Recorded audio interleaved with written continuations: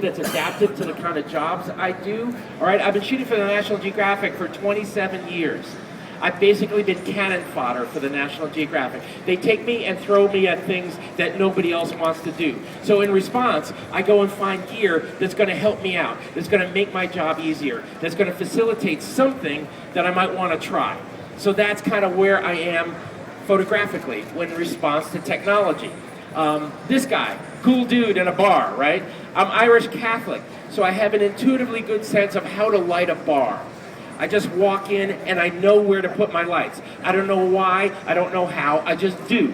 Okay, so this guy is sitting here, and there's a bunch of lights in this picture. There's some lights back in here, there's some lights down in another room, there's a main light for him. The nice thing about being able to touch tone your way through all this stuff is that I shot a more traditional exposure at like f5.6 with a wide lens, and the whole bar is sharp. Then I was able to kind of bloop, bloop, bloop, click my way over and shoot this at f1.4. Which made Callie very happy. He's a very talented young wedding photographer, and he tends to live in a neighborhood called F1.2. So he's been a tremendous influence on me aesthetically.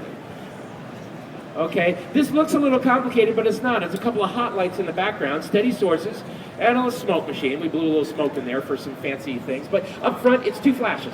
One for her face and one skipping off the floor. All done TTL, just knocked it out, okay? If I can do something that looks and feels like a big light in a studio, but get away with a small speed light in my bag, I'm kind of all about that, because how many folks here have had a phone call lately where a client calls you up and says, you've got all the time you need in the world and we have an unlimited budget? What, anybody have a call like that lately? I haven't. The calls I get are, can you do this faster, lighter? Can you be more mobile? Oh, but by the way, can you still return the quality we've come to expect for many, many years? Oh, sure, no worries. Okay, moving on. D4 in the studio, okay? Kind of fun. This was kind of a melding of a couple of ideas. I pitched to the ad agency in Japan. I said, why don't we do some body painting? And then a few ideas later, I said, let's also work with some animals. So they put them both together, and they came back and said, do the body painting and the animals together. Okay. All right. Okay. I'll never go to a swamp again. Mark my words. I said it here now officially. I will never go to a swamp again. You know what's in swamps? Alligators, snakes, mosquitoes, okay? Ugly, nasty water that you can't see an inch into. When you step in there, you have no idea what you're, or who you're stepping on. You know, there might have been, I don't know, Jimmy Hoffa might have been under that boat. I have no idea, okay? But it was a nasty place. But I had this sort of like idea. And you got to own up to your ideas, because I sent it out and I said, I'd really love to do this kind of lady. I guess I was heavily influenced by the Lord of the Rings. I wanted to do this lady in white with smoke in a swamp, and they came back and said, okay, go ahead and do it. I was like, oh God, no. But we ended up 2 days in the swamp, and we kicked the heck out of the camera while we did this. There's also no retouching, by the way. Okay, because, you know, honestly, D4 files are brand new. Nobody's got plugins for them, you know, so she looks very kind of ethereal and everything. There's actually an electrical wire running up her backside, through her dress, down her arm, gaffer taped to the underside of her forearm that's powering that lamp, okay, and she's looking very blasé about it. Okay, Cora and Olga. I like Cora better. Cora is 9,600 pounds. Okay, she's a lovely lady, and she was fun to work with. Okay, I got a real affinity for bulldogs. I really love bulldogs. You know, they're so ugly, they're cute. They kind of, you know, I look in the mirror in the morning and it reminds me of me.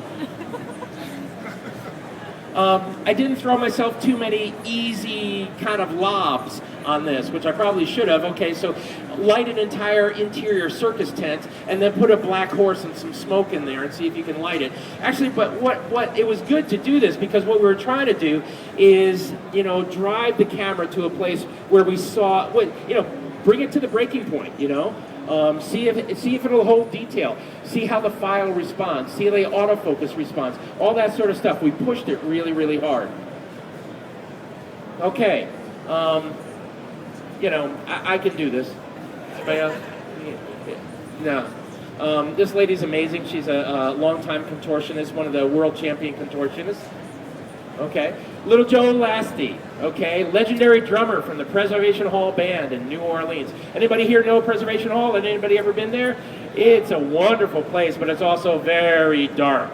Okay, there's not much light in there. So this is all done CLS. This is all done with small speed lights. There's speed lights out on the street, okay, and I'm firing a commander inside the hall. It's firing its signal out through those windows, controlling the lights on the street, and then Joe favors me with a laugh. Charlie Gabriel, okay, this is bigger flash, okay, a little deeper into Preservation Hall. But here I'm still controlling the whole thing, okay, this is working in the afternoon. But then that night, I can't control anything, okay? It's a wonderful place to listen to music. It's not such a great place for photography, okay? The lights are very dim. They keep them that way purposely. So this is ISO 12,800, okay? So you're looking at someone who's, there's probably not too many people in the audience as old as I am right now, but you're looking at somebody who was desperately clawing for exposures years ago, pushing the heck out of triacs to 1600 or 2000 or 3200 and getting just absolutely horrible results. Grain, what we used to refer to as grain in film days, you could drive a truck through. Okay, now, fast forward, I can't add all the way up to 12,800, but I know now I can shoot a good picture at that ISO. Little Freddie King jumped the rails in Mississippi at the age of 14 and rode them down to New Orleans because he knew New Orleans was where the music was happening. So that's out on the riverbank on the other side of New Orleans downtown. And that's him in an old kitchen, okay? Just a window light portrait. Looks like window light, right? It's flash, but it looks like window light. And here's why the picture looks effortless. It's not just about the light treatment, it's about the way the file graces the scene. The detail of it, the kind of handling of the highlights, the handling of the shadows, and everything in between. I guess in a word what I'm talking about is dynamic range. It's soft and beautiful. It curves around shadows, it doesn't slam dunk them. Sorry, yes, one flash out the window. On camera or off camera? No, it's an off-camera flash, okay? There's a window, like this window, right here. So I have my lights outside, okay?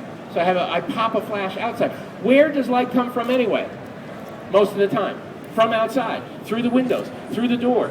And I counsel you, if you're gonna light something and try to make it look natural, that's actually a good place to start, is to throw those lights outside, out on the lawn, in the garden, fire them through a window. Anybody here own a bed sheet, a white bed sheet?